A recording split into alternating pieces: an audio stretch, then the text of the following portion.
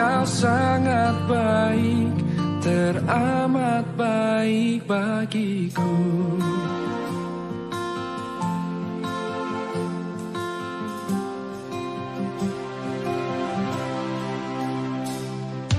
Kau hiasi kehidupanku dengan kemurahan-Mu. Kau rancangkan masa depanku penuh dengan harapan. Aku ada saat ini, semuanya karena kasih-Mu. Aku hidup hari ini, semua berkat kemurahan-Mu. Terima kasih Yesus, Engkau sangat baik, teramat baik. Aku ada saat ini, aku ada, semuanya karena kasih, semua karena kasih. Hidup hari ini, semua berkat kemurahan-Mu. Terima kasih Yesus, Engkau sangat baik, teramat baik bagiku. Kami hidup hanya kemurahan-Mu Tuhan.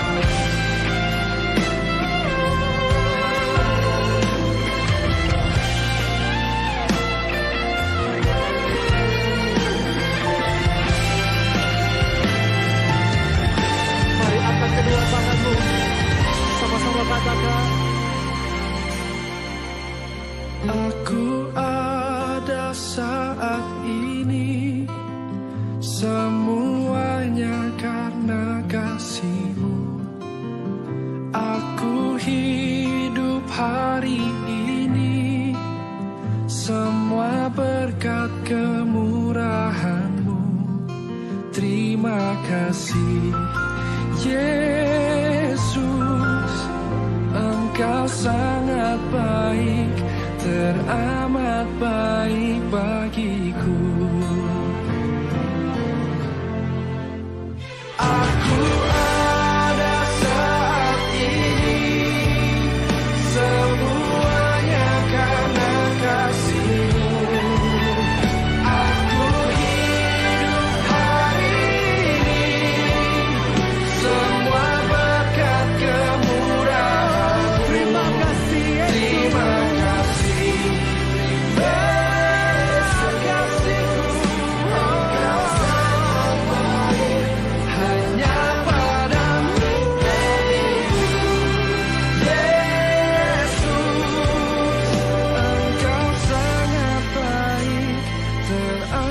kasih bagiku.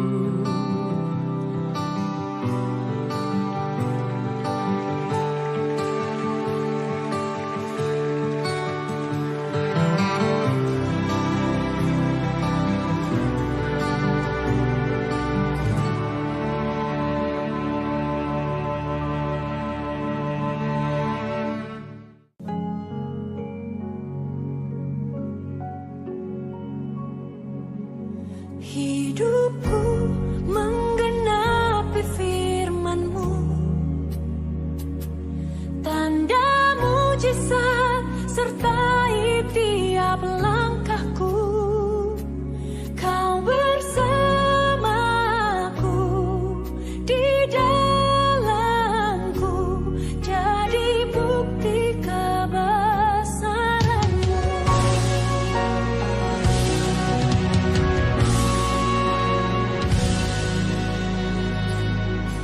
Tuhan, Kau sempurna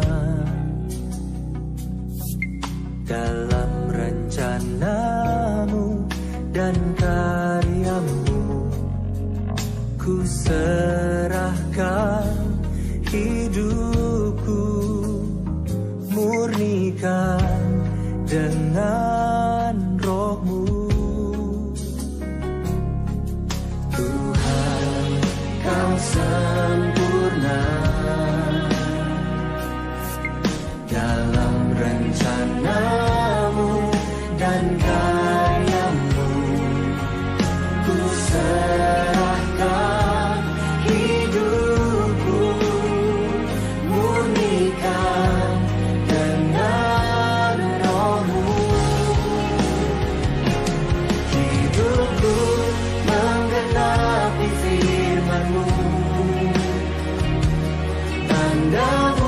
mujizat sertai tiap langkahku. Kau bersamaku, di dalamku, jadi bukti kebesaran-Mu.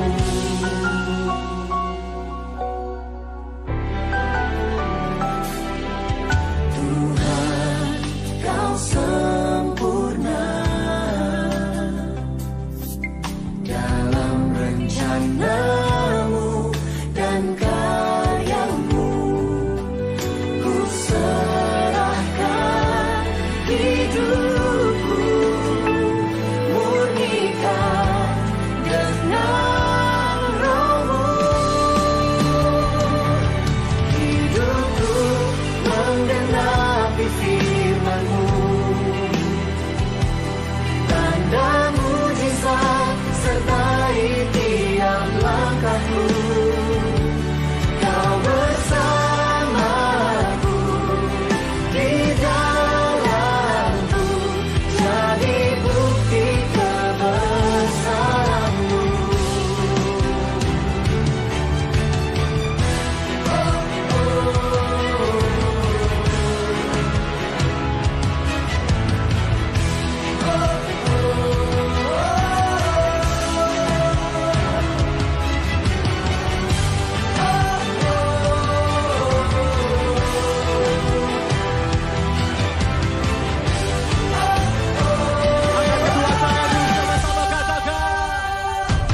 Hidupku menggenapi firman-Mu,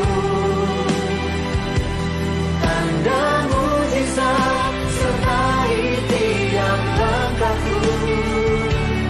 Kau bersamaku, di dalamku, jadi bukti kebesaran. Hidupku menggenapi firman-Mu, tanda mujizat sertai tiap langkahku. Kau bersamaku, di dalamku, jadi bukti kebesaran-Mu. Kau bersamaku,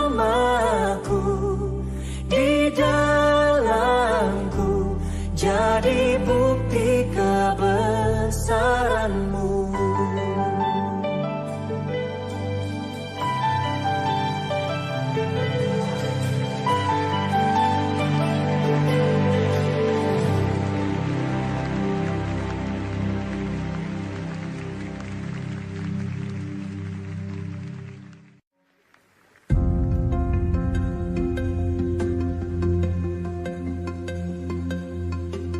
Meskipun tak ku mengerti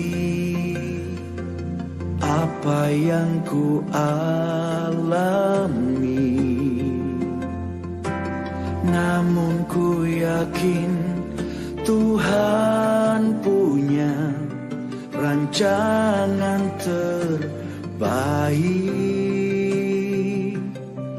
Pertolonganku datang dari-Mu, Yesus yang ku percaya, yang tak mungkin bagiku, semua mungkin bagi-Mu. Hanya Engkaulah jawaban hidupku.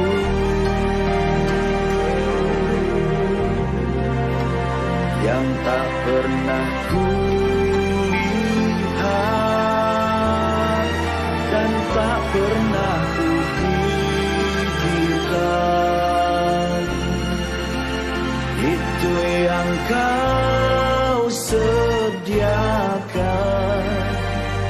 bagiku.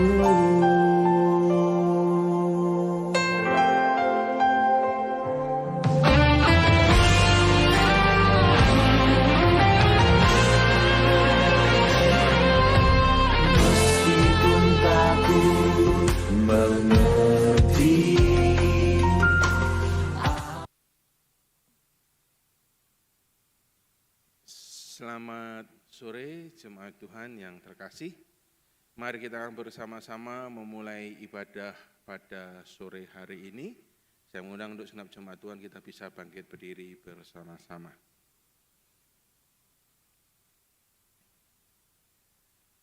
Adapun ibadah pada sore hari ini dimulai dengan pengakuan bahwasannya pertolongan kita datangnya dari pihak Tuhan yang menjadikan langit, bumi, serta segala isinya, dan yang kasih setianya dari selama-lamanya untuk selama-lamanya buat kita semua. Oleh karena itu turunlah atas kita sekalian damai sejahtera dari Allah Bapa, kasih karunia dari Tuhan kita Yesus Kristus, serta pertolongan daripada Allah Roh Kudus yang memimpin dan menolong ibadah pada sore hari ini dari awal hingga selesainya. Amin. Jemaat Tuhan dipersilakan dapat duduk kembali.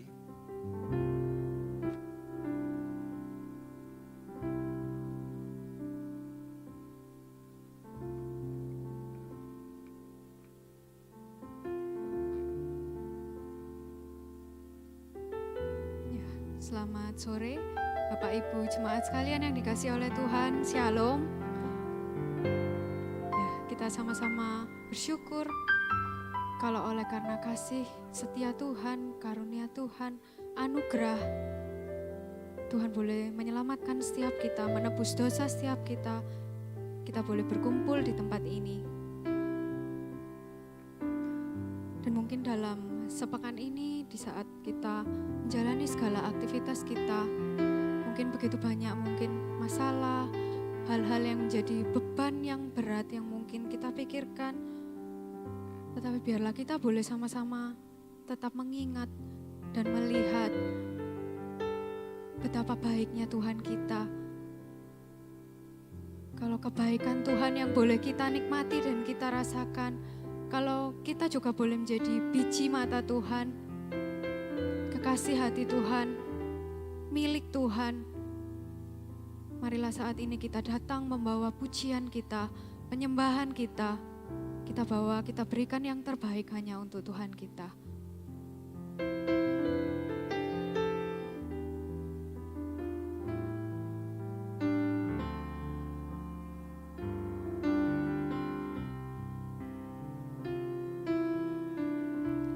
Kasih setiamu yang ku rasakan lebih tinggi dari langit biru, kebaikanmu yang telah kau nyatakan lebih dalam dari lautan. Berkat-Mu yang telah ku terima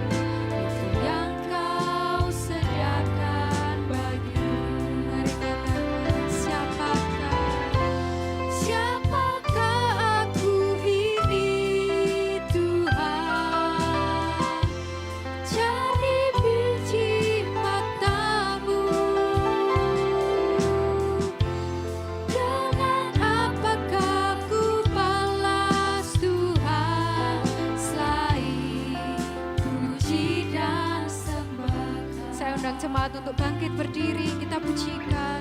Kasih setiamu yang kurasakan lebih tinggi dari langit biru. Kebaikanmu Tuhan, yang telah kau nyatakan lebih dalam dari lautan. Katakan berkat-Mu yang telah ku terima, sempat membuatku terpesona. Apa yang tak pernah ku pikirkan, itu yang kau sediakan bagiku. Siapakah aku ini Tuhan, jadi biji mata-Mu. Dengan apakah ku balas Tuhan, selain puji dan sembahkan. Siapakah aku ini Tuhan, jadi biji mata-Mu. Dengan apakah ku balas Tuhan, selain puji dan sembahkan. Katakan selain puji dan sembahkan. Puji Tuhan, selain puji dan sembahkan. Mari kita masuk di dalam doa. Terima kasih Tuhan untuk kasih setiamu yang begitu besar bagi setiap kami. Engkau menjadikan kami biji mata-Mu Tuhan. Engkau menjadikan kami berharga di mata-Mu. Sungguh kami mengucap syukur Tuhan buat semuanya itu. Kalau Engkau telah menebus dosa setiap kami, Engkau telah melayakkan kami untuk kami boleh berdiri di tempat ini menghadap Engkau di tahta-Mu yang kudus. Terima kasih Tuhan. Dan saat ini Tuhan kami rindu. Kami rindu untuk memuji dan menyembah-Mu. Kami rindu untuk mendengarkan firman-Mu Tuhan. Hadirlah di gereja-Mu ini Tuhan. Lawatlah setiap kami Tuhan. Dan biarlah kami boleh menjadi milik-Mu Tuhan. Terima kasih Tuhan. Kami mau serahkan ibadah ini dari awal, pertengahan sampai akhirnya hanya ke dalam tangan-Mu. Hanya di dalam nama-Mu Tuhan Yesus Kristus kami berdoa dan mengucap syukur. Amin. Tetap bangkit berdiri Bapak Ibu Saudara sekalian, kita mau berikan salam ke kanan dan ke kiri kita. Saudara-saudara seiman kita katakan shalom. Shalom, shalom. Dan kita mau lanjutkan pujian kita dengan penuh sukacita sebab Tuhanlah yang memberikan kita kekuatan, Dia yang memberikan kita bekal untuk kita menjadi menang melawan maut dan musuh. Ku diberi kuasa.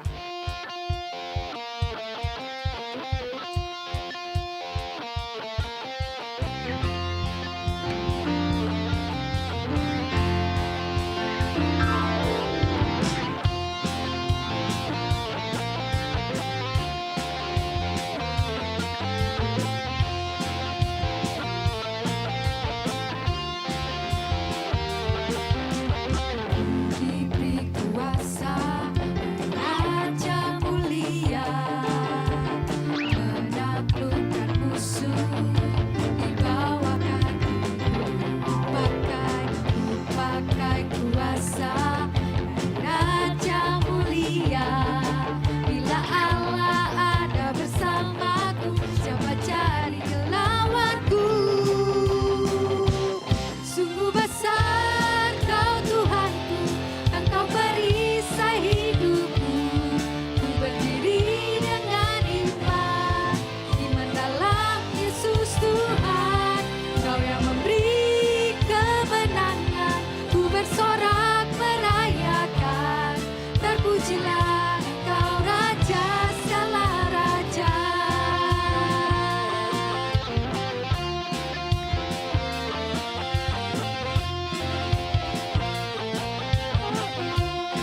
katakan ku diberi kuasa.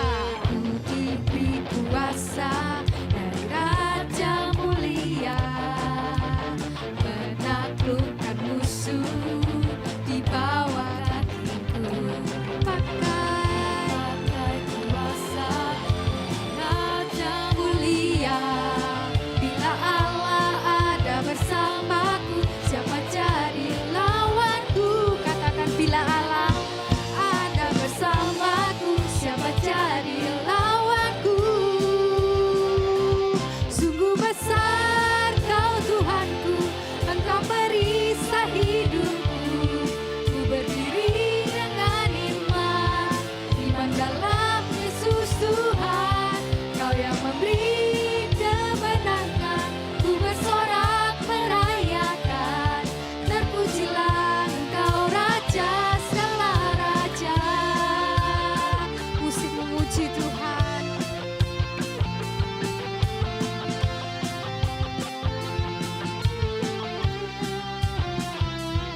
Sebab sungguh besar Tuhan Allah perisai hidup kita.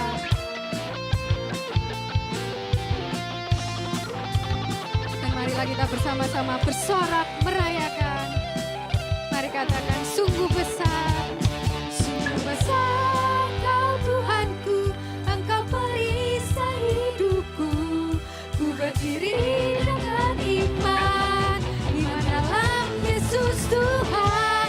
Kau yang memberi kemenangan, ku bersorak merayakan. Terpujilah Engkau Raja segala raja. Sungguh besar Kau Tuhanku, Engkau perisai hidupku.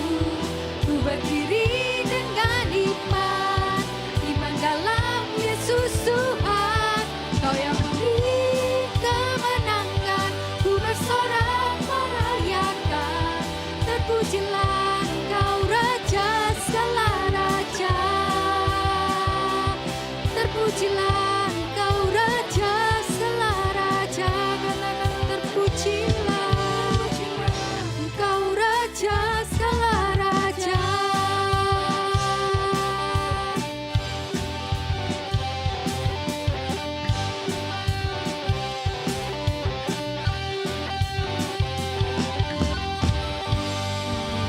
Puji nama Tuhan, silakan duduk. Bapak Ibu Saudara sekalian, kita mau lanjutkan pujian kita. Kalau Tuhan telah menebus kita, hidup kita adalah milik Tuhan dan Tuhan hidup di dalam kita. Mari kita bersama pujikan, hidupku bukannya aku lagi, tapi Yesus ada di dalam kita.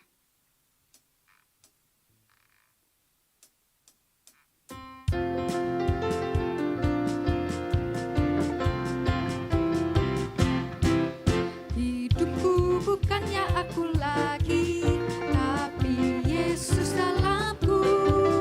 Hidupku bukannya aku lagi, tapi Yesus dalamku. Hidupku bukannya aku lagi, tapi Yesus dalamku.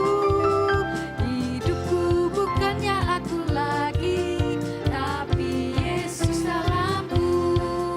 Yesus hidup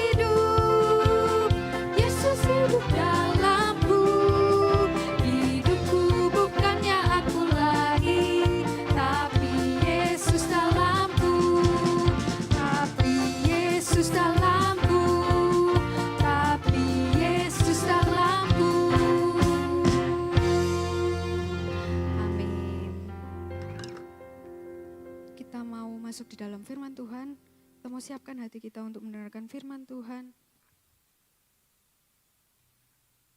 Sebuah pujian yang mungkin baru kita nyanyikan di tempat ini, minta tolong ditampilkan liriknya. Ya, Tuhan, Kau mendengar seruan hatiku. Dan dalam keluhan kita, tidak ada yang tersembunyi bagi Tuhan. Dan biarlah kita boleh katakan, sebab aku ini milik-Mu Tuhan. Dan kita ada di dalam hati Tuhan. Kasih setianya Tuhan yang menghidupkan setiap kita. Mari kita mau belajar bersama-sama pujian ini.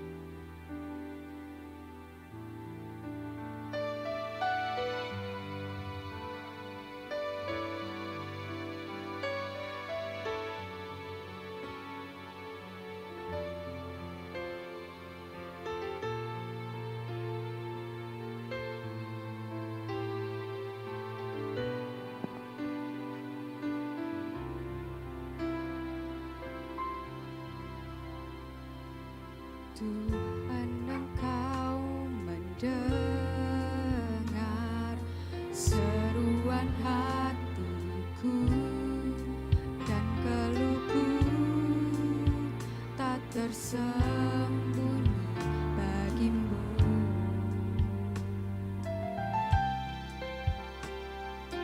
Dalam kesesakanku, ku mau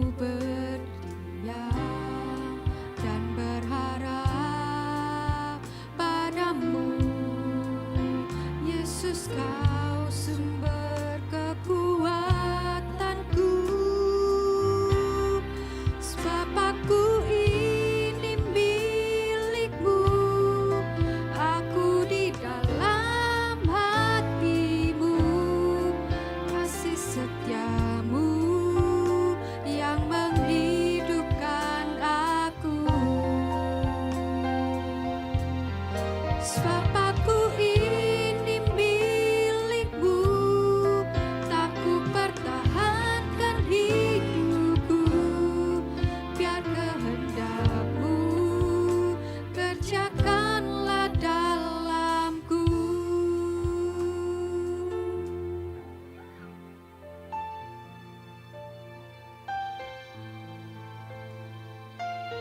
Biarlah hanya anugerah kuasa Tuhan yang mengubah hati kita.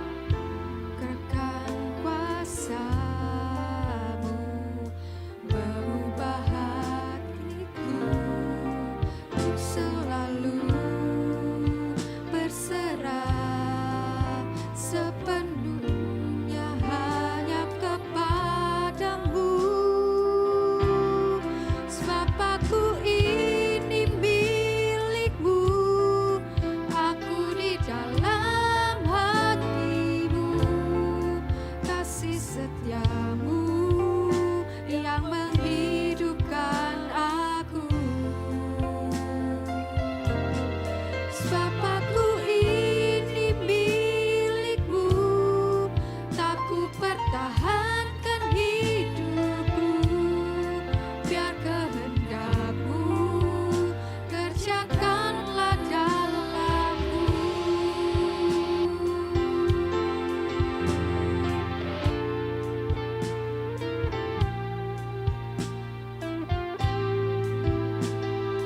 Biarlah kita tidak mempertahankan hidup kita, tetapi biarlah anugerah Tuhan yang mengubah hati kita.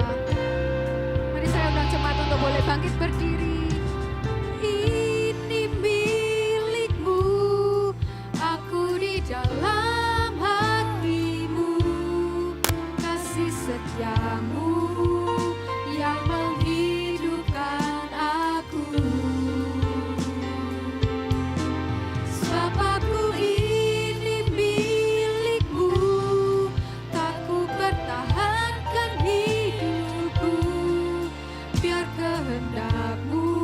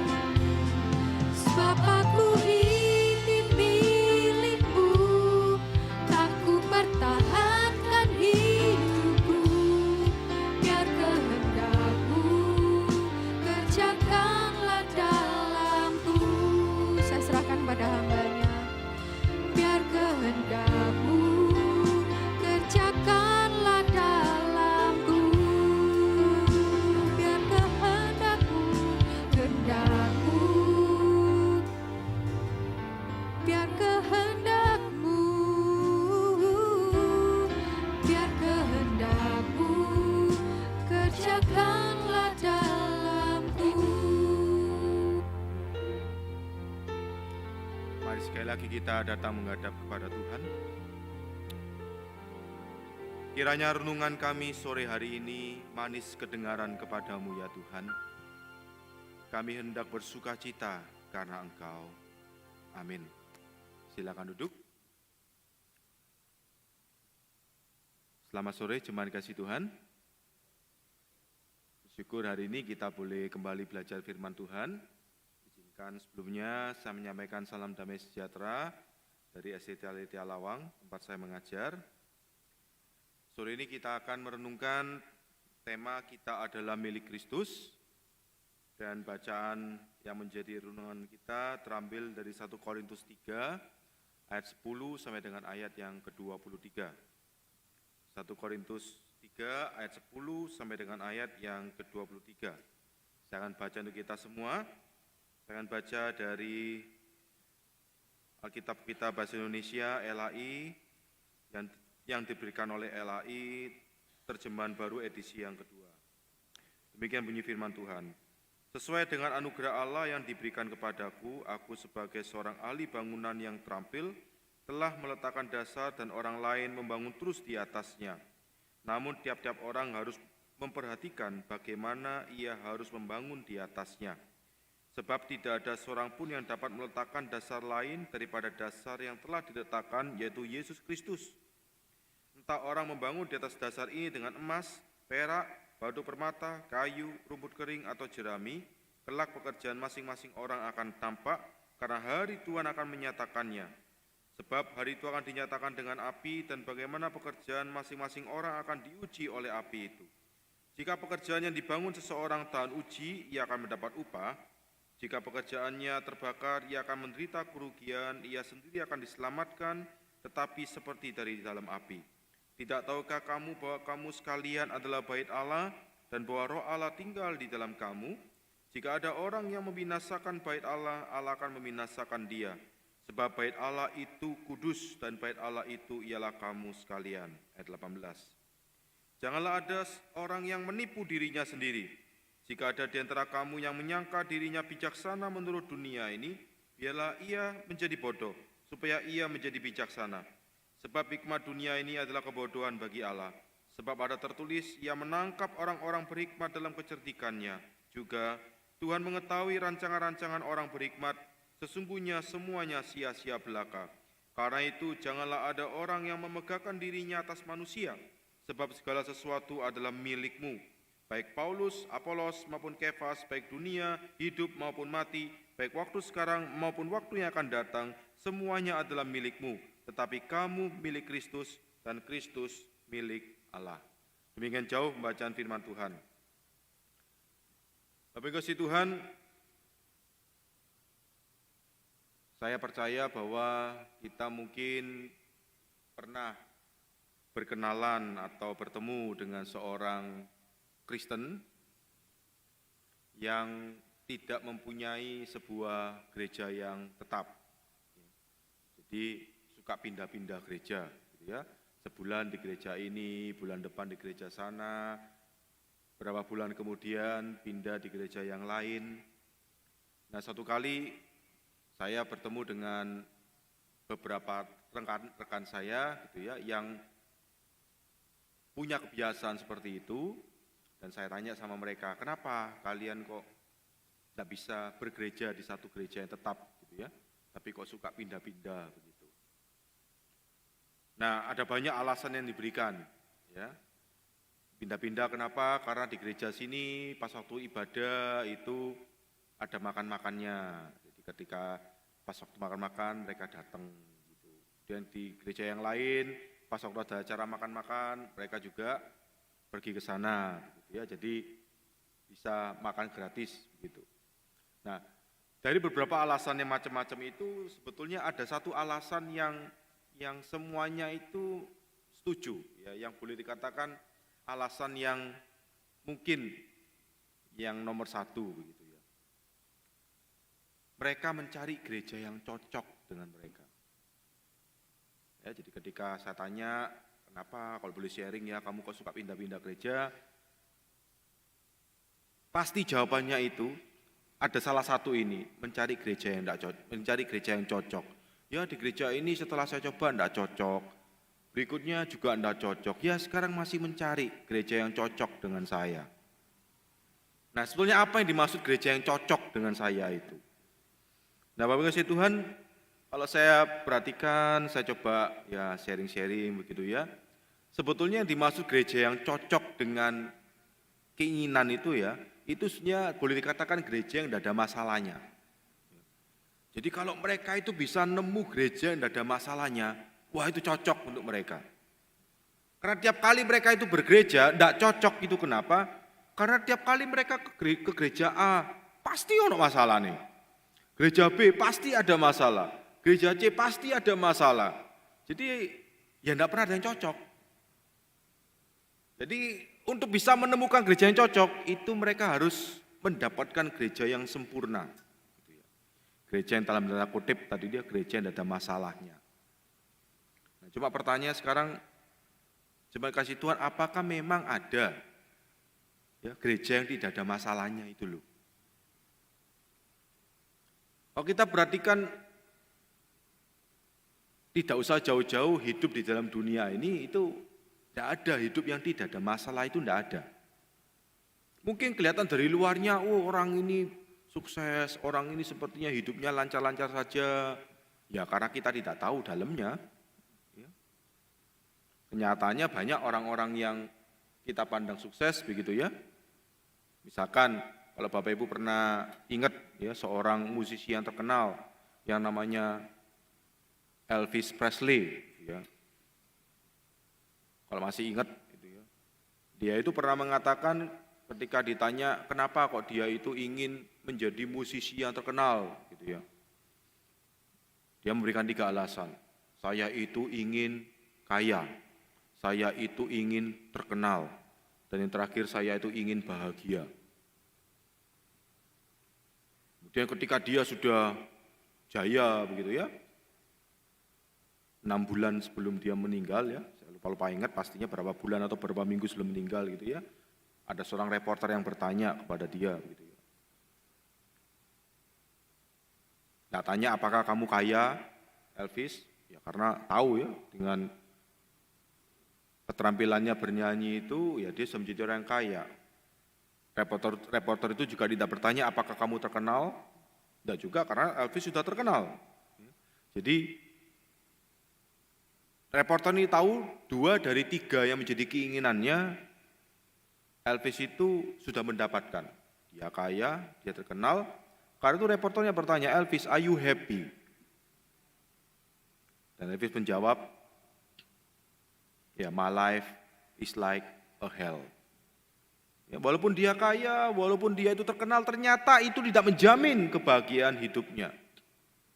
Ya karena memang hidup ini tidak ada yang namanya hidup yang tidak ada masalah. Hidup kita masing-masing itu ada masalahnya. Kalau kita ini ikut Tuhan, mau jadi miliknya Tuhan, ya karena temanya adalah kita adalah milik Kristus. Kalau kita ini mau menjadi miliknya Tuhan dengan harapan atau diajarkan, ya kalau kamu nanti jadi miliknya Tuhan, hidupmu itu akan lancar jaya, tidak akan ada masalahnya, semua beres gitu ya.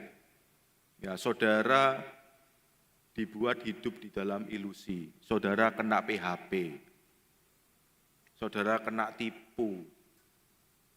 Yesus sendiri mengatakan bahwa mengikut Dia itu jalannya sempit, bukan jalan tol. Dan kita perhatikan bahwa yang namanya gereja pun itu tidak ada yang tidak ada masalahnya. Semua gereja itu ada masalahnya. Termasuk dari bacaan kita ini, gereja Korintus itu bukan gereja sembarangan. Kalau mau dikategorikan di gereja zaman sekarang, ini sebuah gereja yang besar. Bahkan boleh dikatakan sebuah mega church. Karena apa?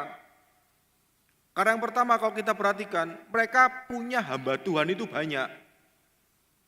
Makanya sampai ada yang mulai untuk menjago-jagokan hamba Tuhan yang satu daripada yang lain. Ya, kalau kita baca pasal pertama, pasal yang kedua, ada yang mengaku aku ini golongannya Kefas, yaitu hamba-hamba Tuhan yang mengajarnya itu seperti Kefas, yang mempunyai pembinaan itu pakai modelnya Kefas. Wah, cocok ini. Jadi golongannya Kefas. Oh, saya ini golongannya Apolos. Ini yang cocok buat saya. Oh, saya ini golongannya Paulus. Bahkan sampai ada yang berkata, wah wis ini kok semuanya pada manusia, saya ini hanya cuma mau ikut Yesus, golongan Kristus gitu. Sok-sok mengatakan, menganggap diri yang paling baik. Hamba Tuhannya banyak. Bahkan kalau kita baca pasal-pasal selanjutnya, mereka diberkati Tuhan dengan karunia yang macam-macam. Baik itu karunia yang alami, atau karunia-karunia yang dalam penilaian manusia itu supra alami. Bahasa roh, karunia menyembuhkan, dan sebagainya. Itu diberkati Tuhan, gereja ini. Tetapi di dalam kondisi yang seperti itu, ternyata masalahnya juga banyak. Bahkan kalau kita membaca di dalam pasal yang kelima, di dalam gereja itu ada dosa-dosa yang dilakukan bukan hanya seperti orang-orang yang dilakukan oleh orang-orang di luar sana, di dunia sana, bahkan dosa-dosa yang lebih parah, lebih jahat dibandingkan yang dilakukan oleh orang-orang dunia sana yang tidak kenal Tuhan. Ini gereja yang penuh masalah. Tetapi kita bersyukur kepada Tuhan. Tuhan itu tidak seperti kita, katakanlah ya. Kalau ada gereja yang banyak masalah sehingga kita tidak cocok, ya sudah, ngapain saya bekerja di sini? Pindah aja gereja yang lain. Nanti kalau tidak cocok lagi, ya sudah pindah lagi ke gereja yang lain. Gitu ya. Kita bersyukur kita bukan punya Tuhan seperti itu. Di tengah-tengah kondisi gereja yang bermasalah, Tuhan tetap mengasihi, Tuhan ingin bekerja dan berkarya. Dan melalui Paulus inilah nasihat-nasihat diberikan oleh gereja Korintus yang adalah milik Tuhan itu. Yang menjadi bahan renungan kita pada sore hari ini. Dan kasih Tuhan, kita yang dalam milik Kristus, melalui bacaan ini kita akan merenungkan. Yang pertama adalah berkaitan dengan bagaimana para pemimpin gereja yang adalah milik Kristus itu.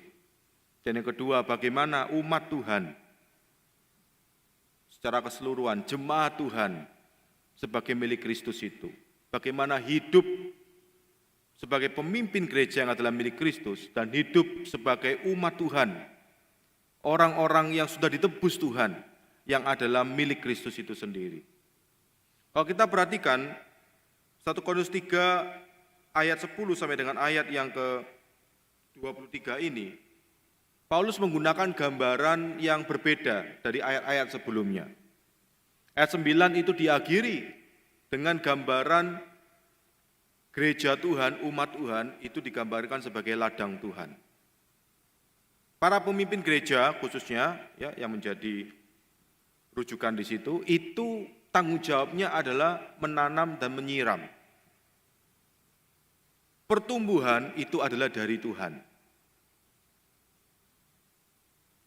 Jadi ketika para pemimpin gereja itu bertanggung jawab menanam dan menyiram, dan itu dilakukan dengan sebaik-baiknya, itulah menjadi fokus.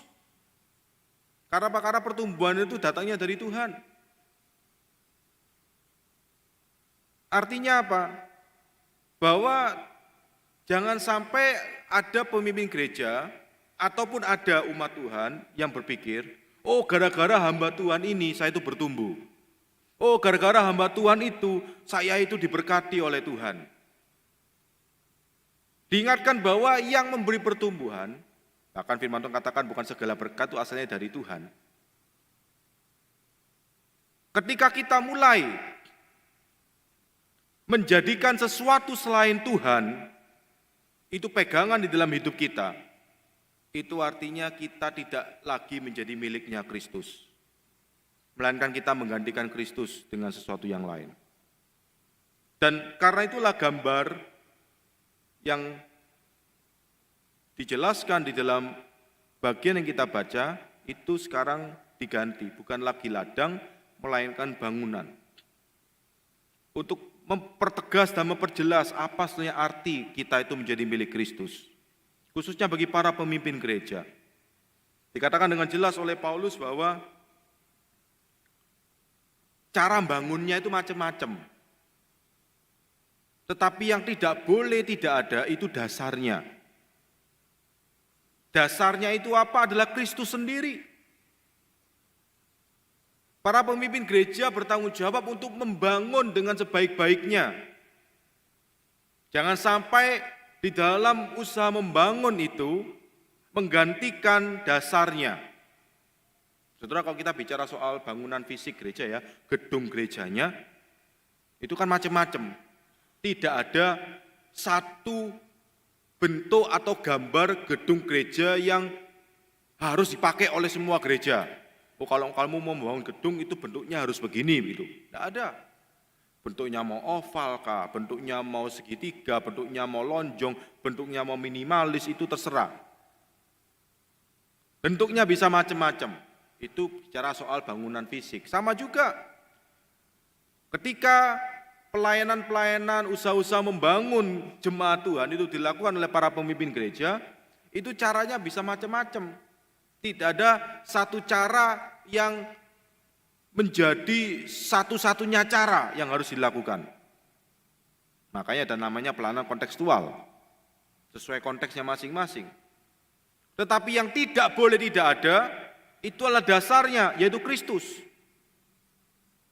Karena kalau tidak hati-hati di dalam pelayanan yang kita lakukan, para pemimpin gereja yang lakukan, itu menggantikan dasar itu dengan apa? Dengan usaha atau caranya membangun. Dalam sejarah gereja modern khususnya, kan pernah terjadi perpecahan, pernah terjadi perpisahan di dalam gereja, gara-gara soal musik di dalam ibadah misalnya. Ketika usaha kita untuk membangun gereja Tuhan melalui musik, itu kemudian menggantikan dasar gereja sendiri, yaitu Kristus, ya tidak heran yang terjadi adalah perpecahan gereja. Yang satu mengatakan musik itu harus tenang, jangan ribut. Harus siadu. Tak boleh itu tepuk tangan di dalam gereja. Yang lain mengatakan, musik itu harus ekspresif. Masa kita menyembah Tuhan kayak patung? Perhatikan, kalau itu usaha kita untuk membangun, kemudian berubah menjadi kita dasar itu tidak lagi Kristus, melainkan cara kita. Akibatnya apa? Paulus mengingatkan bagi para pemimpin gereja, ketika lupa bahwa gereja ini adalah punya Tuhan, ya, dan menganggap, oh gereja ini adalah punya saya, gara-gara saya gereja ini bisa bertumbuh, gara-gara saya pakai musik ini gereja ini bisa maju, gara-gara saya melakukan ini gereja ini bisa berkembang. Ketika kita tidak lagi menyadari dan meyakini, mengimani bahwa gereja adalah milik Kristus, maka yang dilakukan oleh para pemimpin gereja itu bisa mempunyai 3 konsekuensi. Yang pertama, ketika para pemimpin itu dengan asal-asalan, karena ini punya saya ya, punya saya kan bisa ya bangun sesuai dengan keinginannya saya. Mempunyai saya kok. Saudara kalau punya smartphone misalkan ya, saudara casingnya mau dikasih apapun kan itu urusan saudara. Misalkan kalau saya kasih casing ini kemudian ada yang protes, Pak Amos jangan kasih casing itu. Ya kan aneh ya, oh ini HP-nya saya kok. Kecuali kemudian kalau saya bilang ya sudah saya tidak kasih casing ini, ya belikan sekali sudah HP-nya gitu ya. Tapi kalau punya saya mau ngapa-ngapain itu kan haknya saya. Urusannya apa sama kamu? Ketika kita menjadikan gereja itu seperti itu, ini punya saya kok. Dan lupa bahwa kita itu adalah milik Tuhan, gereja itu adalah punyanya Tuhan, maka yang terjadi adalah yang pertama, seperti yang dikatakan dalam ayat 12 dan 13, ketika kita dengan ya senanya sendiri, ya, membangun menurut keinginannya kita, menganggap itu punyanya kita, apa yang terjadi? Kita bisa melukai gereja Tuhan. Kita bisa membuat gereja Tuhan itu mengalami kepahitan. Akan terjadi trauma-trauma spiritual di dalam kehidupan bergereja. Akan terjadi hubungan-hubungan yang toksik di dalam kehidupan berjemaat. Gereja Tuhan ketika tidak lagi menjadi milik Tuhan, maka terjadi adalah banyak luka batin, banyak kepahitan. Ketika misalnya pemimpin gereja menyalahgunakan persembahan jemaat untuk kepentingannya sendiri, untuk kekayaannya sendiri, ya jemaat pasti akan kecewa. Akhirnya sudah gak percaya lagi sama hamba Tuhan. Sehingga ketika ada hamba Tuhan yang baru menggantikan hamba Tuhan yang tidak benar ini, ya jemaat balas memperlakukan hamba Tuhan ini dengan tidak baik. Ada kepahitan. Ketika pemimpin gereja melakukan pelecehan seksual kepada jemaatnya, akan terjadi trauma-trauma spiritual. Ketika ungkapan-ungkapan bahwa kita ini harus berkorban untuk Tuhan, dan itu dipakai untuk memanipulasi dan mengeksploitasi jemaat, maka ungkapan-ungkapan itu akan membuat jemaat tertekan, akan membuat jemaat mengalami kesulitan-kesulitan di dalam menjalani hidup ini. Saudara, para pemimpin gereja perlu untuk menjalankan tugas pelayanannya dengan sebaik-baiknya di hadapan Tuhan. Itu perlu. Tetapi yang lebih penting lagi, jangan pernah menggantikan dasar bangunan yang miliknya Tuhan itu, yaitu Kristus itu, dengan yang lain. Karena jika tidak, kita sebagai para pemimpin gereja, hamba Tuhan, penatua, diaken, dapat melukai gereja Tuhan. Yang kedua, bukan hanya kita melukai gereja Tuhan, kita sebagai para pemimpin gereja itu bisa kehilangan upahnya. Di dalam 14 dikatakan, kalau kita ini tidak tahan uji, ini bukan bicara nanti hari penghakiman ya, tetapi bicara sekarang ini ketika usaha dan pelayanan kita dalam membangun itu ternyata terbukti bukan di atas dasar Kristus, tetapi katakanlah di atas dasar ya kepentingan kita sendiri, kekuasaan, kekayaan, dan lain sebagainya, kita akan kehilangan upahnya. Apa itu upahnya? Saudara, upah di dalam memberitakan Injil itu adalah sukacita kita. Saya ini lahir dari keluarga non-Kristen. Boleh dikatakan saya ini adalah orang Kristen pertama di keluarga.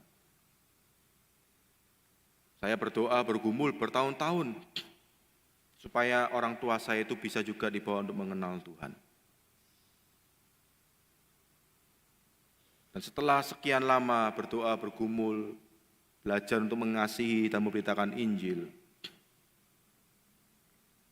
di bulan Desember tahun 2003, papa saya mau untuk dibaptis, mau terima Tuhan dan mau untuk dibaptis. Bulan depannya, bulan Januari 2004, beliau dipanggil Tuhan. Saudara, itu sukacita terbesar dalam hidup saya. Itulah upah kita di dalam memberitakan Injil. Sukacita karena kita bisa melihat karya Tuhan melalui hidup kita. Itulah upah para pemimpin gereja yang membangun di atas dasar Kristus. Ketika para pemimpin gereja melakukan tugas pelayanan itu dengan sebaik-baiknya, dengan bertanggung jawab, dan Tuhan memakai pelayanan itu, usaha membangun itu, untuk membawa jemaat semakin mengasihi Tuhan, semakin mengenal Kristus, semakin setia mengikut Kristus. Saudara, itulah upah kita sebagai para pemimpin gereja. Itulah sukacita kita. Karena jika kita menggantikan dasar itu, Kita mengajak orang bukan lagi untuk mengikut Kristus, tetapi mengikut kita. Kita tidak lagi mengajak orang untuk mengasihi Kristus, tetapi mengasihi kita. Kita memanipulasi ungkapan berkorban untuk Kristus, tapi itu sebenarnya adalah untuk diri kita sendiri. Kita akan kehilangan upahnya. Pelayanan kita tidak akan mendatangkan sukacita di dalam hidup kita. Dan konsekuensi yang ketiga, ketika itu betul-betul sudah parah, begitu ya. Saudara tahu ya, beberapa waktu yang lalu ada seorang hamba Tuhan yang melayani di gereja yang cukup besar, ya. Itu kemudian ternyata terbukti melakukan pelecehan seksual dan akhirnya masuk penjara. Saudara, ini kesempatan sebetulnya masih Tuhan berikan kepada seorang pemimpin gereja untuk bisa bertobat, untuk bersedia mengalami breakthrough bersama dengan Tuhan, untuk dipulihkan, untuk nantinya bisa kembali melayani pekerjaan Tuhan.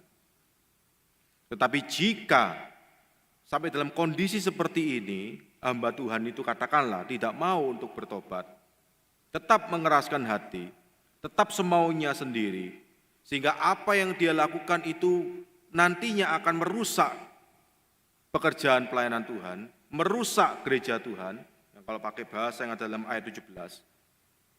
Sampai pada satu titik apa yang dia lakukan itu, dalam usahanya untuk membinasakan gereja Tuhan, nanti Tuhan sendiri yang akan menghakiminya. Dikatakan di situ dengan jelas, bukan ayat 17, jika ada orang yang membinasakan bait Allah, Allah akan membinasakan dia. Di akhir zaman nanti dari penghakiman, semua akan disingkapkan. Karena itu ketika para pemimpin gereja menyadari bahwa kita ini adalah milik Kristus, para pemimpin adalah milik Kristus, gereja yang dipercayakan kepadanya, pada mereka adalah milik Kristus, itu artinya apa? Jangan sembarangan untuk menggantikan Kristus itu dengan sesuatu yang lain. Jangan membuat jemaat itu akhirnya meninggalkan Kristus gara-gara apa yang kita lakukan. Itu tanggung jawab para pemimpin gereja, para pelayan Tuhan, para hamba Tuhan, penatua dan diaken yang Tuhan percayakan untuk memimpin dan melayani gereja Tuhan. Paulus bukan hanya memberikan nasihat kepada para pemimpin gereja melalui bacaan kita ini. Ketika berbicara soal milik Kristus, Paulus juga memberikan nasihatnya kepada umat Tuhan, jemaat Tuhan secara keseluruhan, bukan hanya bagi para pemimpinnya. Dikatakan apa? Jangan menipu diri sendiri. Itu maksudnya apa? Jangan kita itu menjadi sok, seakan-akan yang bisa mengontrol hidup kita itu adalah diri kita sendiri. Kalau Bapak Ibu perhatikan, di dalam ayat 18 sampai 20, kita itu menipu diri kita sendiri kalau kita menganggap bahwa manusia itu bisa menjadi pegangan kita. Bahwa kita bisa mengandalkan manusia. Bahwa kita ini adalah milik manusia itu. Makanya kita mengandalkan. Bukan lagi milik Kristus. Saya ingat ketika Pilpres terakhir ya, antara Pak Prabowo dengan Pak Jokowi yang kemudian dimenangkan oleh Pak Jokowi. Itu ketika seseorang itu menjagokan ya, pilihannya, wah itu bisa ribut itu. Ketika sang suami milih Jokowi, sang istri milih Prabowo atau sebaliknya ya, sang istri milih Jokowi, sang suami milih Prabowo, itu bisa ribut di rumah itu. Bahkan saya tahu ada gereja yang ribut juga gara-gara jemaat-jemaatnya itu satu milih Jokowi, satu milih Prabowo. Politik itu bisa memecah belah. Kenapa? Karena ketika kita sudah menjagokan sesuatu, kita menganggap orang ini yang bisa. Saya percaya. Itu politik, saudara. Tapi yang menarik saudara, Herman Bavinck di dalam seorang teolog Kristen, di dalam bukunya Dogmatika Reform, dia mengatakan politik itu memang kotor. Tetapi politik yang paling kotor itu ada di gereja. Politik itu memang kotor, tetapi politik yang paling kotor itu ada di gereja. Kenapa demikian? Saya berikan contoh yang gampang sudah. Di GIA sini, hamba Tuhannya banyak toh, bukan hanya satu toh. Ya. Ada Pak Menahem, ada Pak Anugrah, ada Pak, di sini kalau sudah nyebut satu sebut semua nih, nanti dipikir, kalau ada kelewatan dipikir saya pilih kasih, atau ada Pak Timotius itu ya. Dan istri-istrinya paling aman begitu ya toh.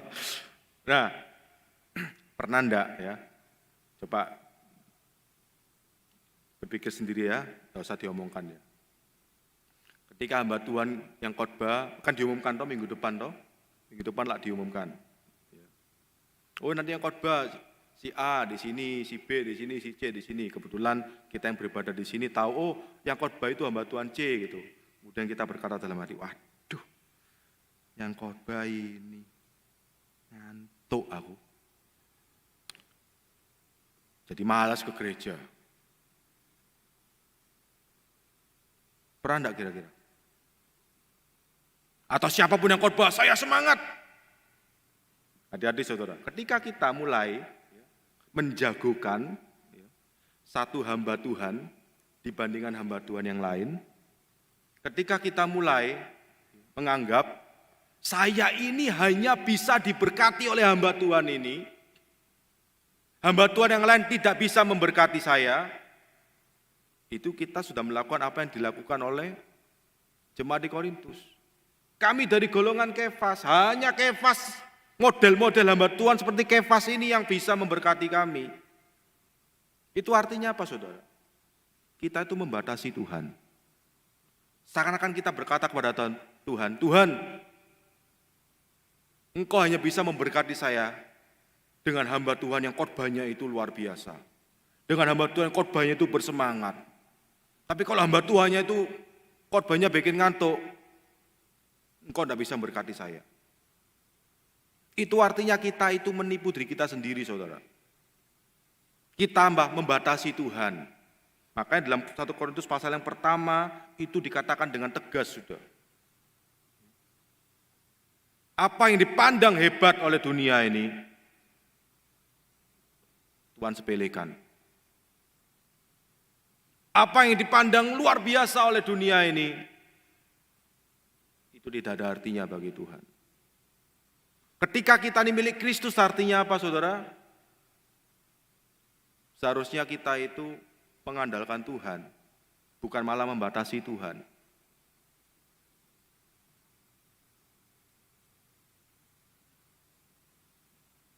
Kalau kita membaca sejarah gereja, ada seorang hamba Tuhan yang bernama Jonathan Edwards. Dia adalah, boleh dikatakan salah satu tokoh kebangunan rohani yang besar di Amerika. Khotbahnya yang terkenal itu berjudul Sinners in the Hands of Angry God. Orang-orang berdosa di tangan murka Tuhan. Saudara tahu gimana dia berkhotbahnya?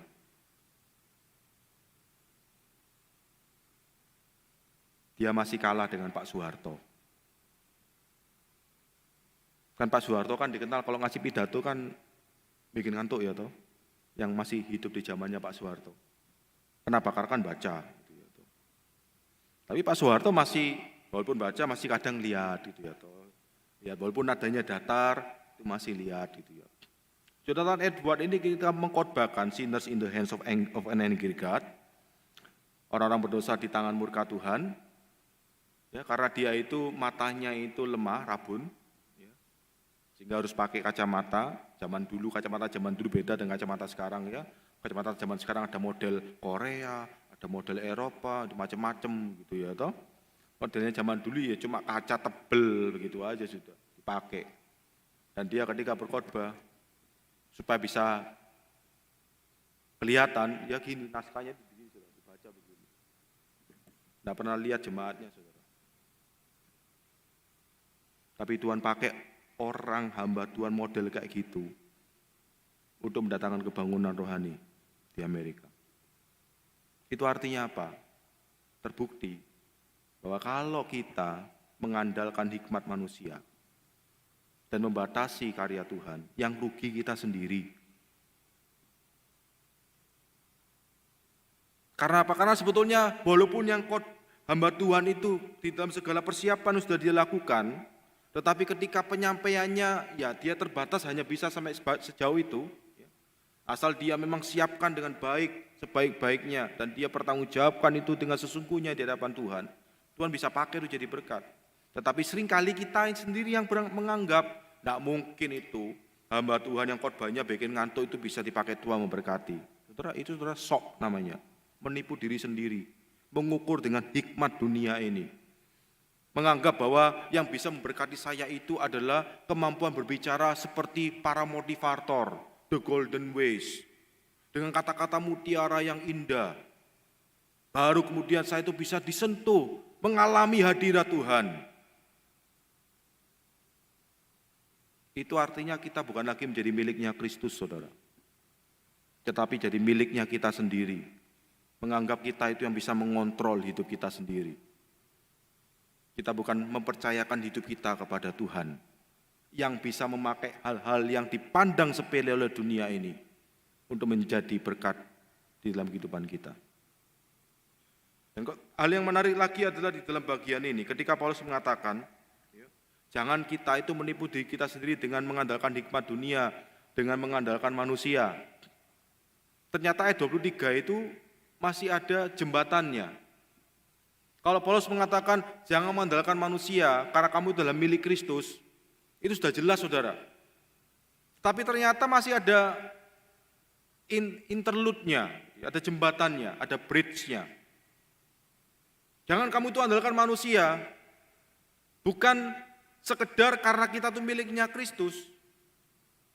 Tetapi ada jembatannya, dikatakan apa? Semuanya itu kamu punya. Bicara tadi contoh itu ya. Jangan mengandalkan hamba Tuhan yang pinter khotbahnya, tetapi karena kamu adalah milik Kristus, bukan sekedar itu. Kenapa kita itu tidak perlu mengandalkan hamba Tuhan yang pinter khotbahnya?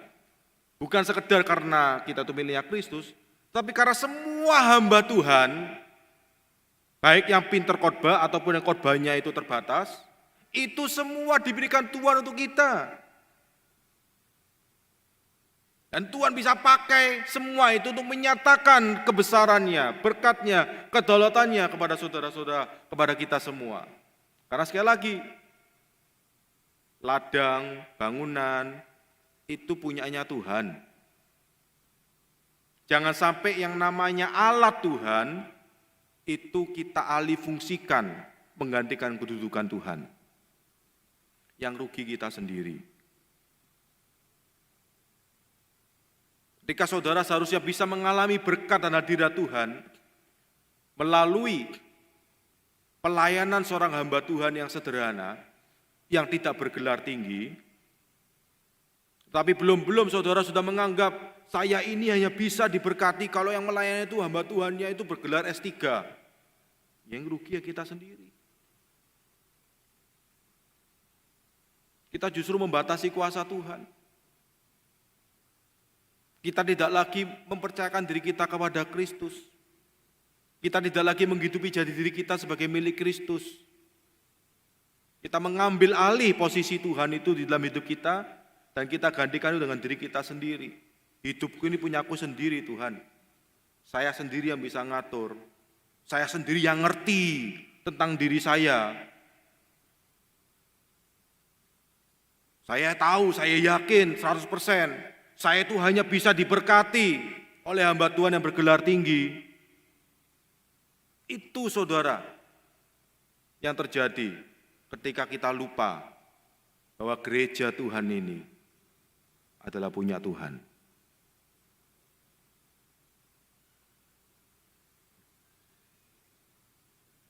Karena itu pada sore hari ini yang menjadi refleksi dan aplikasi kita adalah Yang pertama,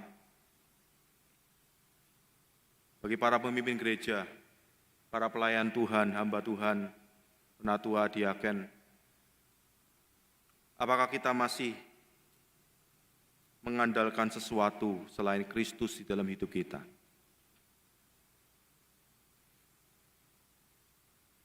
Apakah ada sesuatu yang menggantikan kedudukan Kristus yang menjadi dasar pelayanan kita?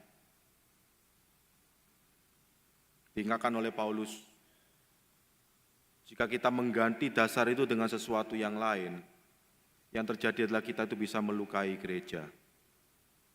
Kita bisa kehilangan upah kita bisa tidak ada lagi sukacita dalam pelayanan kita. Bahkan, kita bisa merusak pekerjaan Tuhan. Beberapa minggu lalu mungkin ya, kalau saya tidak salah ingat, sudah ada keputusan dari pemerintah untuk mengganti nama Isa Al-Masih di dalam hari raya Kristen dengan nama Yesus Kristus. Kalau nanti ya, ternyata itu juga diberlakukan untuk semua nama Isa Al-Masih, diminta untuk ganti jadi Yesus Kristus. Saya percaya para pemimpin gereja di GIA ini pasti akan bergumul bersama. Seperti yang dinasihatkan oleh Paulus, silakan nanti saudara membangunnya, apakah mau tetap pakai nama Isa Al-Masih, atau mau diganti namanya jadi Yesus Kristus, atau mau kembali lagi ke nama asalnya. Kalau saya tidak salah ingat itu ya, gereja ini dulu nama Mandarin itu Senling Cawe kalau tidak salah ya. Sehingga kalau mau terjemahkan bisa diganti nama itu Gereja Roh Kudus, misalkan begitu ya. Apapun nanti keputusan itu yang diambil, jangan lupakan yang Paulus katakan, jangan sampai itu nanti menggantikan dasar bangunan yang adalah milik Kristus itu. Karena ketika itu digantikan dengan sesuatu yang lain, yang terjadi adalah kita bisa melukai gereja Tuhan. Kita bisa kehilangan upahnya. Kenapa perpecahan di gereja bisa terjadi? Ya gara-gara sarana atau cara kita membangun itu yang kita jadikan dasar, bukan Kristusnya lagi. Gereja ini hanya bisa dibangun kalau dasarnya itu ini, caranya itu ini. Lupa bahwa dasar gereja itu adalah Kristus. Tadi pagi ketika saya khotbah di Koblen, bangunannya sudah kelihatan bagus, ya, cerah, bersih. Kenapa? Karena sudah dicat putih. Tapi saudara tahu enggak, ada gereja pecah itu gara-gara soal cat. Jadi dirapat begitu ya. Satu usul catnya putih. Alasannya apa? Ya supaya kelihatan bersih. Gereja itu kan suci. Putih itu kan lambang suci. Jadi ya perlu dicat warna putih.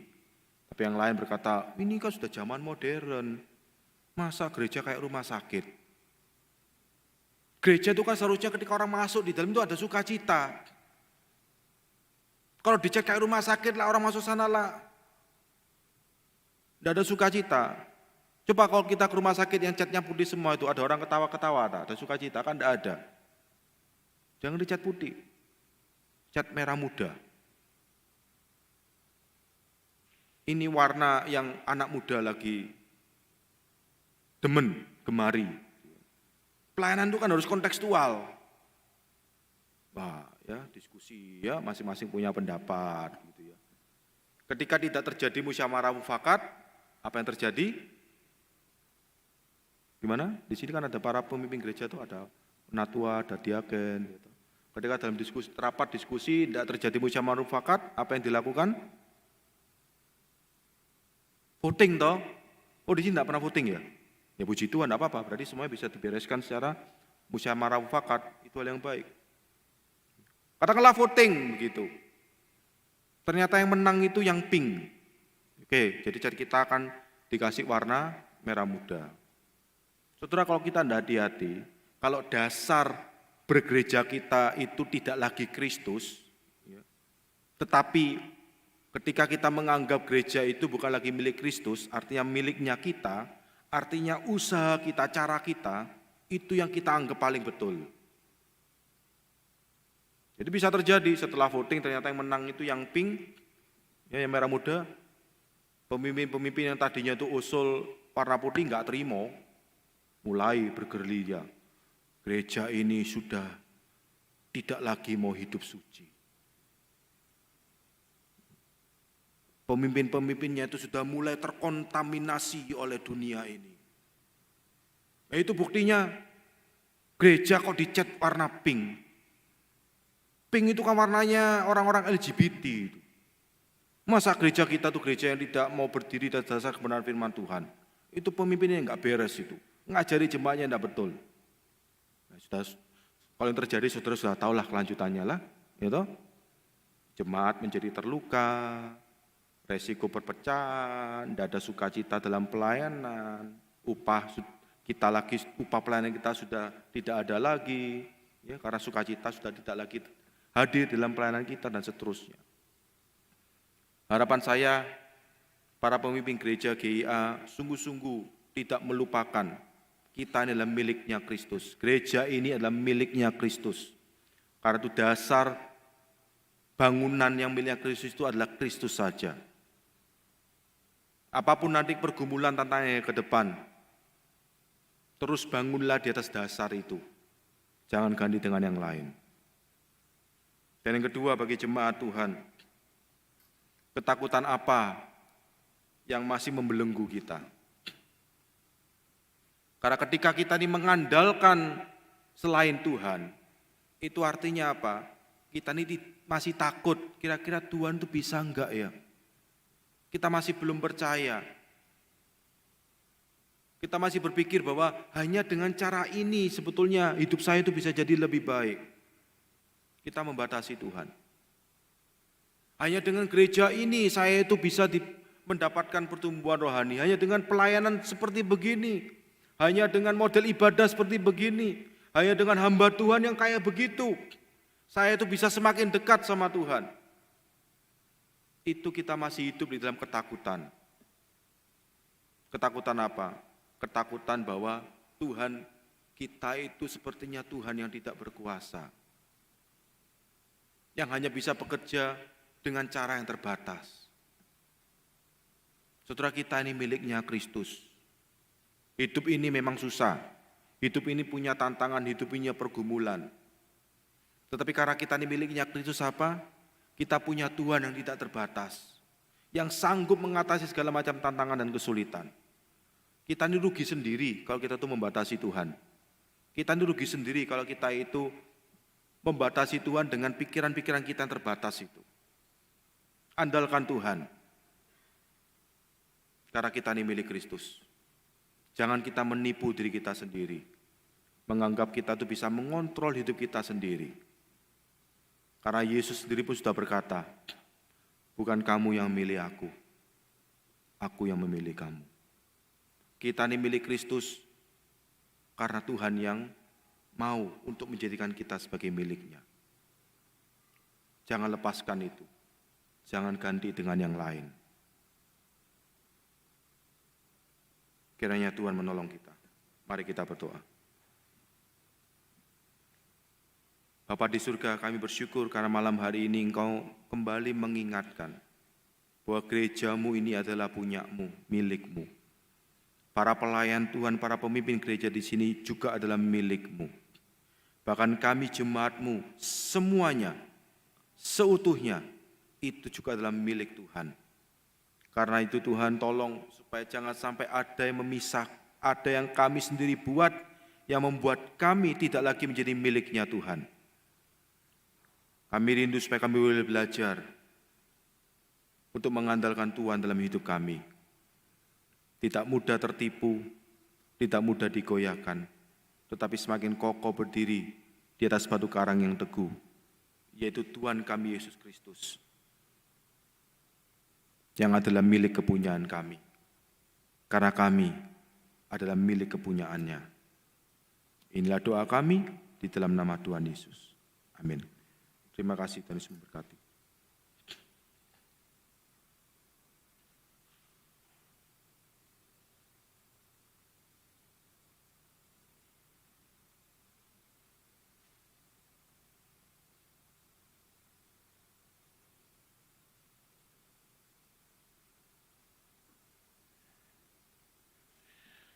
Demikian Bapak, Ibu, Saudara-saudari sekalian, kita telah diberkati oleh kebenaran firman Tuhan yang telah disampaikan oleh Bapak Pendeta Amos Winarto, mewakili Majelis dan Jemaat Gereja Isa Al-Masih Surabaya. Mengucapkan banyak terima kasih atas pelayanan Bapak Pendeta Amos. Tuhan Yesus memberkati. Ya, Bapak Ibu Saudara sekalian, pada minggu ini ya, bisa tampilkan LCD-nya. Kita telah boleh beribadah bersama-sama di kelima tempat yang dilayani oleh Bapak Pendeta Amos Winarto. Beliau adalah rektor dari STT Aletheia di Lawang. Dan juga tadi pagi telah dilayani juga oleh Bapak Pendeta Hari Sugianto. Beliau juga adalah rektor dari STT Saat di Malang. Dan juga di tempat yang lain, sebagaimana saudara juga bisa melihatnya di layar LCD kita. Dan untuk nanti minggu depan di ibadah kita di minggu pertama di bulan Oktober, yaitu 1 Oktober, dengan tema karunia-karunia rohani. 1 Korintus 12 ayat yang ke-1 sampai yang ke-11 untuk wilayah Darmo Harapan ya di tempat ini. Pagi dan sore nanti akan dilayani oleh Saudari Pendeta Rian Waru. Untuk kegiatan sepekan kita, Bapak Ibu Saudari sekalian, di hari Senin, TPI kita yang di Benowo ya, akan bertempat di keluarga Bapak Ibu Sardi dan akan dilayani oleh Bapak Diakan Paulus Setiabudi. Dan untuk nanti di hari Jumat, untuk TPI kita yang di Wiyung, bertempat di keluarga Bapak Ibu Edi Sunardi jam 7 malam. Jam 6 sore ya. Nanti akan dilayani oleh Saudara Kristio Witoyo. Di hari Selasa ada kaum wanita jam 4 sore di tempat ini. Nanti akan dilayani oleh Saudari Pendeta Rian Waru. Lalu ada pendalaman Alkitab di hari Selasa di tempat ini, saudara, jam 5:30 sore. Nanti akan dilayani oleh Bapak Penatua Lindra Haryanto secara streaming dan juga onsite. Dan Bapak Pendeta Muda Gideon Bondo Ikhtiar akan juga melayani secara online. Jemaat Tuhan, di dalam kegiatan PWJ kita, pembinaan warga jemaat ya, pada besok Kamis jam 7 malam di Zoom Gereja Isa Al-Masih Surabaya yang akan dilayani oleh Bapak Pendeta Irwan Pranoto. Nah, Bapak Ibu, tema ini sebenarnya sedang mengajak kita untuk kita boleh bertumbuh, dan melalui PWJ ini sesungguhnya kita akan memberikan yang disebut dengan filter fondasi dasar jemaat Tuhan. Karena sekarang dibanjirilah di media sosial, di handphone Bapak Ibu saudari sekalian kan, cuplikan-cuplikan, banyak sekali pengkhotbah, tentu yang baik juga banyak, yang sesungguhnya tidak baik juga banyak, ya, karena kita sudah dibanjiri berbagai macam model-model khotbah, gitu ya, yang dimana sesungguhnya banyak juga dari yang ada di media sosial yang saudara seringkali dengar itu yang menarik, betul menarik, kata-katanya itu luar biasa indah, menarik, meyakinkan, tapi sesungguhnya mereka bukan sedang berkhotbah, tapi memberikan sebuah nasihat-nasihat yang berangkat dari diri sendiri. Bukan bicara tentang Kristus, karena saudara kalau bicara khotbah bicara tentang Kristus dan karyanya. Nah, seringkali yang ada di media sosial itu, khotbah-khotbah itu berbicara tentang diri kita sendiri, kekuatan diri kita sendiri, dan Tuhan Yesus hanya sekedar dijadikan tambal butuh. Bagaimana kita bisa tahu dan kita bisa akhirnya memilah dan tidak terombang-ambingkan. Ya, penting ini saudara karena ini sedang bicara memberikan filter-filter iman dan kerohanian di dalam hati kita agar kita itu bertumbuhnya dengan baik dan benar.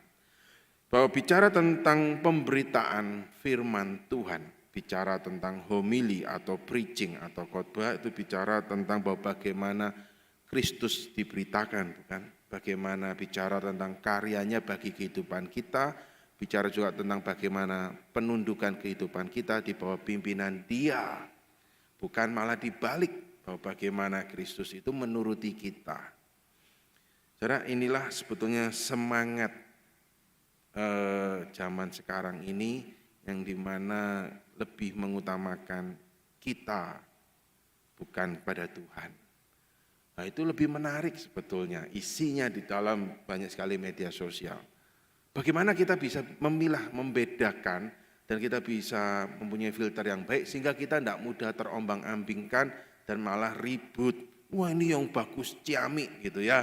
Tapi ternyata itu sungguhnya hanya sekedar bicara sebuah motivated speaking gitu ya. Saya tidak bisa katakan itu sermon atau preaching, tapi hanya sekedar sebuah ceramah motivated ya, yang memakai istilah-istilah rohani bisa jadi. Nah, saudara, Kamis ini kita akan belajar, kita akan boleh diberikanlah filter-filter itu yang menjadi filter di dalam iman kita. Dan ini penting, kenapa? Karena media sosial hari ini itu sudah nempel di tangan kita. Betul kan? Setiap detik kita akan banyak dikirimin dari rekan, teman, video-video singkat. Memang banyak yang baik, tapi banyak juga yang kelihatannya baik, namun sesungguhnya itu menyesatkan. Banyak juga yang kelihatannya itu indah, tapi itu tidak membangun, malah menggoncang. Menggoncang apa? Akhirnya kita tidak lagi melihat Tuhan Yesus adalah Tuhan dalam hidup kita, tapi hanya sekedar pemuas kebutuhan. Nah, saudara, melalui Christ-centered preaching dengan Christ-uncentered preaching ini, kita dididik untuk boleh mempunyai filter yang baik.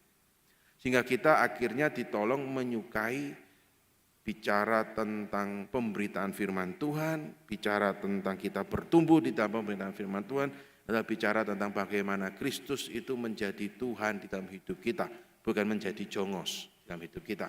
Bicara tentang bagaimana bicara pemberitaan itu kita tumbuh dalam pemberitaan firman Tuhan itu bahwa bagaimana Kristus itu dimuliakan. Dan kita bisa memahami bicara Kristus dan karyanya yang utama di dalam kehidupan saya dan saudara.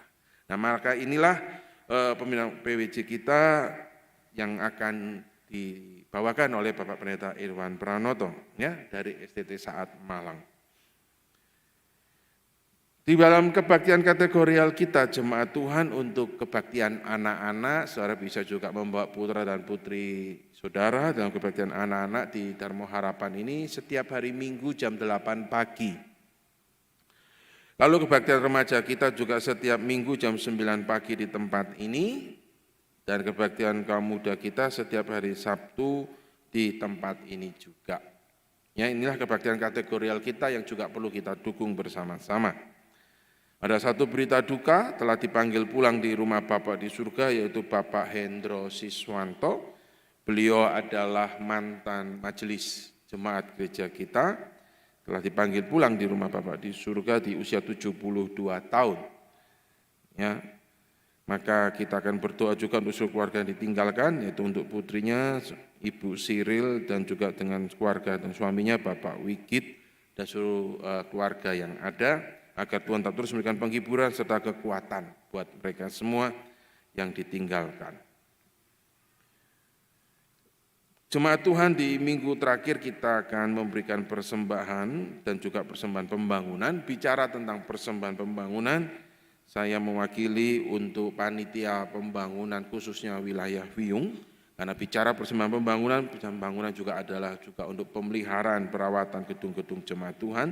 Dan khusus untuk tim panitia renovasi untuk rumah tempat ibadah kita di TPI Wiyung, mereka akan memberikan laporan reportase melalui visual dan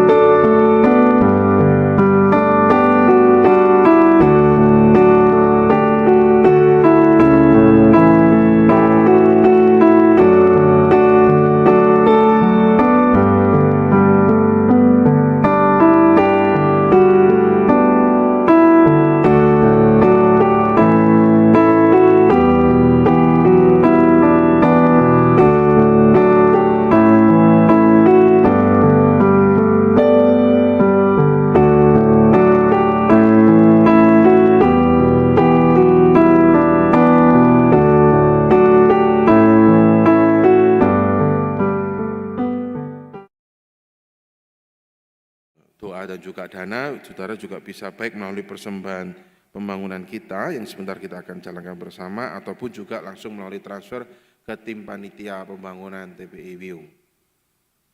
Ya. Nah, maka Bapak Ibu Saudari sekalian, kita juga akan bersama-sama pada kesempatan ini untuk memberikan persembahan kita dan persembahan pembangunan. Jemaat Tuhan juga bisa memberikan persembahannya melalui transfer baik ke CIMB Niaga, BCA ataupun QR scan code kita ini. Segala puji syukur kami naikkan dan kita akan membawa persembahan kita ke perbendaharaan rumah Tuhan.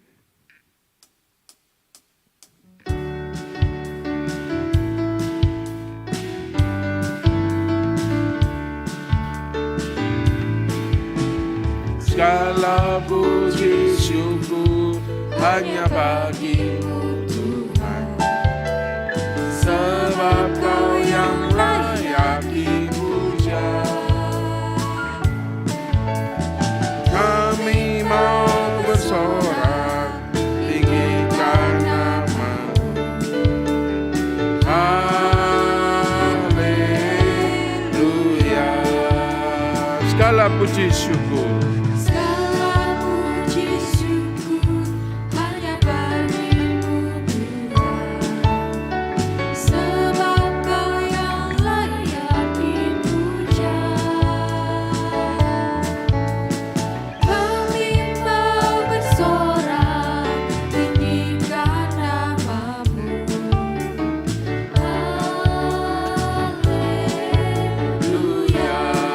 Soraklah haleluya, soraklah haleluya, soraklah haleluya, haleluya. Soraklah haleluya, soraklah haleluya, haleluya. Segala puji syukur, segala puji syukur hanya bagi-Mu Tuhan, sebab Kau yang layak dipuja. kami mau bersorak tinggikan nama-Mu.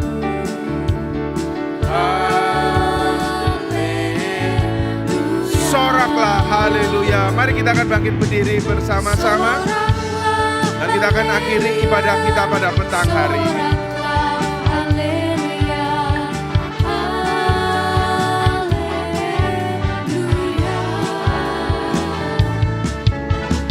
Soraklah haleluya, Soraklah haleluya, haleluya, haleluya,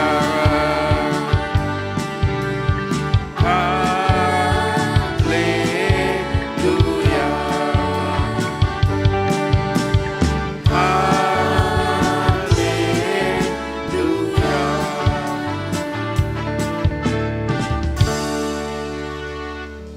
Mari kita akan berdoa. Di akhir ibadah kami pada petang hari ini, kami mengucap syukur atas penyertaan-Mu untuk pemberitaan firman Tuhan yang telah disampaikan, dan terus berdoa mohon Allah Roh Kudus berkarya di dalam hati dan pikiran kami. Dan ketika kami nanti pulang, di mana kami juga dapat memaknai ibadah kami boleh mendapatkan berkat ibadah pada kesempatan petang hari ini. Dan juga untuk berdoa untuk hamba-Mu Bapak Pendeta Amos Wirnato yang sudah membawakan firman Tuhan bagi kami dari pagi hingga petang hari ini. Kami terus berdoa mohon berkat-Mu turun atas hamba-Mu ini beserta dengan seluruh keluarga yang ada, dan juga baik di dalam kehidupan pribadi dan dalam pelayanan khususnya di STT Aletea di Lawang. Kami berdoa mohon Tuhan memberkati, menyertai, dan nama Tuhan dipermuliakan. Tuhan juga melindungi, menyertai baik dalam perjalanan hamba-Mu Bapak Pendeta Amos dan juga keluarga kembali ke Lawang, di mana Tuhan memberikan perlindungan, damai sejahtera, berkat dan sukacita senantiasa. Petang hari kami juga membawa persembahan pembangunan kami ini ke hadapan Tuhan. Kami berdoa mohon Tuhan memberkati persembahan kami ini.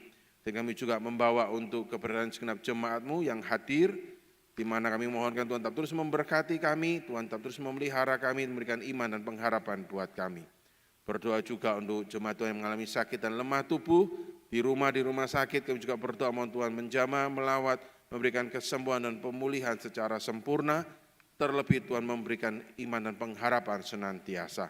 Berdoa juga untuk keberadaan jemaat Tuhan yang berulang tahun di dalam sepekan, di tengah-tengah usia yang Tuhan anugerahkan, kami juga berdoa mohon Tuhan memberkati dan memberikan hikmat untuk mereka tetap terus memakai hari-hari yang telah mereka terima dari Tuhan, berkarya dan memuliakan nama Tuhan. Berdoa juga untuk gereja kami, untuk pemeliharaan yang ada, pengembangan untuk TPI yang ada, khususnya daerah Wiyung. Kami mohonkan Tuhan tetap terus menolong, memimpin, menyertai setiap panitia yang terlibat, dan setiap kebutuhan yang diperlukan kami mohon Tuhan juga memberkati. Besertalah juga dengan kami ya Tuhan, ketika sebentar kami akan pulang kembali ke tempat kami masing-masing. Damai sejahtera-Mu, penyertaan-Mu, pengharapan-Mu ada buat kami senantiasa ya Tuhan. Maka kami akan mengakhiri ibadah kami petang hari ini dengan rasa syukur dan di dalam nama Tuhan kami, Yesus Kristus. Jemaat Tuhan yang terkasih, marilah kita bersama-sama pulang dan menerima berkat daripada Tuhan, yaitu damai sejahtera dari Allah Bapa, kasih karunia dari Tuhan Yesus Kristus, serta persekutuan dengan Allah Roh Kudus memimpin dan menyertai kita semua, mulai saat ini sampai selama-lamanya. Maranatha, Tuhan Yesus datang pada kali yang kedua. Haleluya. Amin.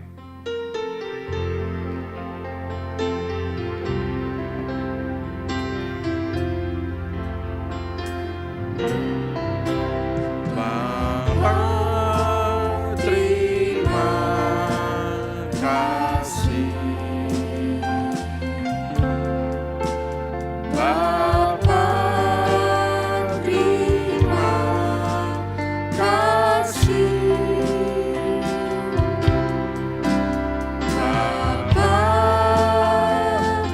di dalam surga, Ku beri terima kasih. Bapa, terima kasih.